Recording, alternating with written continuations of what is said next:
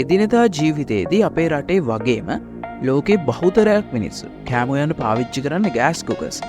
මොකද මිනිසුන්ගේ තියෙන කාර්යබහුලත්වය නිසා වගේම ගෑස් කුකර්ස් වල තියෙන එෆිෂියන්සි එක නැත්නම් කාර්යක්ෂමතාවය නිසා ගොඩක් අය ගෑස් කුකර්ස් පාවිච්චි කරනවා. හැබැයි කවදා හරි හිතලා තියනවාද අපි පාවිච්චි කරන ගෑස් සිලින්ඩරයක් ඇතුලේ ඇත්තටම ගෑස්ද තියෙන්නේ කියලා. ඉතින් අද අපි කතා කරන ටොපික් එක වෙන්නේ ගෑස් සිලින්ඩරයක් ක්‍රියා කරන්නේ කොහොමද කියන එක. ඒත් එක්කම කියන්න ඕනි අපි තාමත් සබ්ස්ක්‍රයිබ් කරලා නැත්තම් අමතක නොකර අනිවාර්යයෙන්ම සබ්ස්ක්‍රයිබ් කරන්න. අපි යමු එහෙනම් අපේ වීඩියෝ එකට.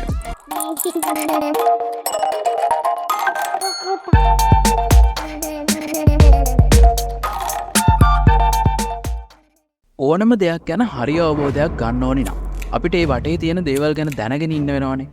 ඉතින් අපි පොන්චි උදාහරණයකට යමුකෝ. හිතන්නකෝ අපි වීදුරුවක් අරගෙන ඒකට වතුර ටිකක් පුරවලා හොඳට වහලා තියනවා කියලා. හරියට නිකන් සීල් කරලා තියනවා වගේ. පැය කිහිපයකට පස්සේ අපි නිකන් ඒක දිහා බැලුවා. වීදුරුව ඇතුලෙන් දුම වගේ පැනලා තියනවා පේනවා නේද? මේක ඇතුලේ වෙන ප්‍රොසෙස් එක ගැන දැන් ටිකක් තේරුම් ගමු. වීදුරුව ඇතුලට වතුර දැම්මම ඒකේ වතුර විතරයි තියෙන්නේ. හැබැයි වීදුරුවේ වතුර ටිකට උඩින් තියෙන හිස් කොටසේ ජල වාෂ්ප නැහැ කියලා හිතන්නකෝ. එතකොට වෙන්නේ ජලාණු ටික ටික වාෂ්ප කලාපයට ගමන් කරන්න පටන් ගන්න එක. මේ වගේ දිගටම සිද්ධ වෙන ක්‍රියාවලියකින් පස්සේ වීදුරුව හිස් අවකාශය සම්පූර්ණයෙන් ජල වාෂ්ප වලින් සංතෘප්ත වෙනවා. ඒ වෙනකොට ද්‍රව ජලය සහ ජල වාෂ්ප අතර සමතුලිතතාවයක් ඇති වෙනවා. මේ සිද්ධිය ගොඩක් දෙනා දන්න ද්‍රව වාෂ්ප සමතුලිතතාවය කියන සංකල්පයනේ. මම මේ ගෑස් ටැංකිය ගැන හොයන දවස්වල ඒකත් එක්ක මේ සමතුලිතතාව ගැන නෝට් එකක් දැක්කා. මට ආව ලොකුම ප්‍රශ්නේ තමයි ගෑස් ටැංකිය මේක අතර තියෙන කනෙක්ෂන් එක මොකක්ද කියන එක. ඒක ගැන තේරුම් ගන්න එක අපි ටිකක් පස්සට දාලා LP ගෑස් කියන්නේ මොනවාද කියලා දැනගෙන ඉමු. LP ගෑස් නැත්නම් liquefied petroleum gas කියන්නේ ද්‍රව කළ පෙට්‍රෝලියම් ගෑස් කියන එක. මේකට වැඩිපුරම ලෝකේ භාවිතා කරන්නේ ප්‍රොපෙන් සහ බියුටේන්. ඉන්ධන කාර්යක්ෂමතාවය නැත්නම් fuel efficiency එක. මම කලින් කිව්වත් වගේ මේවල ගොඩක් ඉහළයි.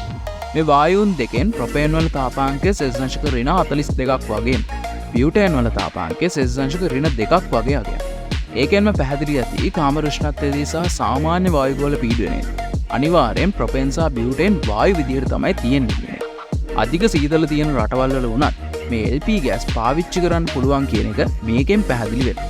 හැබැයි පීඩනය වෙනස් කරලා මේ වායු කාමර උෂ්ණත්වයේදී ද්‍රව තත්ත්වයට පත් කරන්නත් අපිට පුළුවන්. දැන් අපි අපේ මේන් ටොපික් එකට යමු. ගෑස් සිලින්ඩර් එකට පුරවන්නේ ද්‍රව කරපු ප්‍රොපේන් වායුව කියලා හිතන්නකෝ. හැබැයි මේක සාමාන්‍ය වායුගෝල පීඩනය වුණ එකයි ATM වලදී කරන්න බෑ.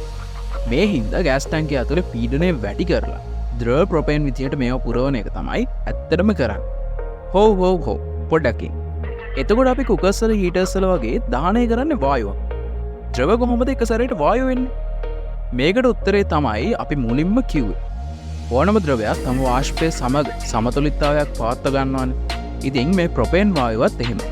එතකොට අපි ගෑස් දහනය කරනකොට මේ සිලින්ඩරේ හිස් කොටසේ තියෙන වායුව තමයි ඉහළට ගමන් කරන්නේ. එතකොට සමතුලිතයේ වාෂ්ප ප්‍රමාණය අඩු වෙනවනේ. එතකොට යටින් තියෙන ඉතුරු ද්‍රව ප්‍රමාණය තව කොටසක් නැවත වාෂ්ප කලාපයට ගිහින් සම්තෘප්ත කරගන්න එක තමයි කරන්නේ. මේ ක්‍රියාවලිය දිගටම වෙනකොට දන්නේම නැතුව ගෑස් එකත් ඉවරයි. සාමාන්‍ය අවස්ථාවේදී ප්‍රොපේන් ගෑස් එකට ගඳක් සුවඳක්වත් පාටක්වත් නැහැ. එතකොට අපිට දැනෙන ගෑස් ගඳ මොකක්ද කියලා කෙනෙකුට හිතෙන්න පුළුවන්. යම් අවස්ථාවක ගෑස් ලීක් වුණොත් ඒක අඳුර ගන්න අපිට ක්‍රමයක් නැති වෙන හින්දා තමයි මේ විදිහට වෙනම ගඳ මේ ලික්විඩ් එකට එකතු කරන්නේ. මේ LP ගෑස් එකේ ප්‍රවාහනය පහසු කරවන්න තමයි මේවත් ද්‍රව විදිහට වෙනස් කරන්නේ.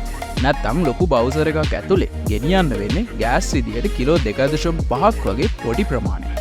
ඉතින් අද අපි කතා කරේ ගෑස් සිලින්ඩරයක් ක්‍රියාත්මක වෙන්නේ කොහොමද කියන එක.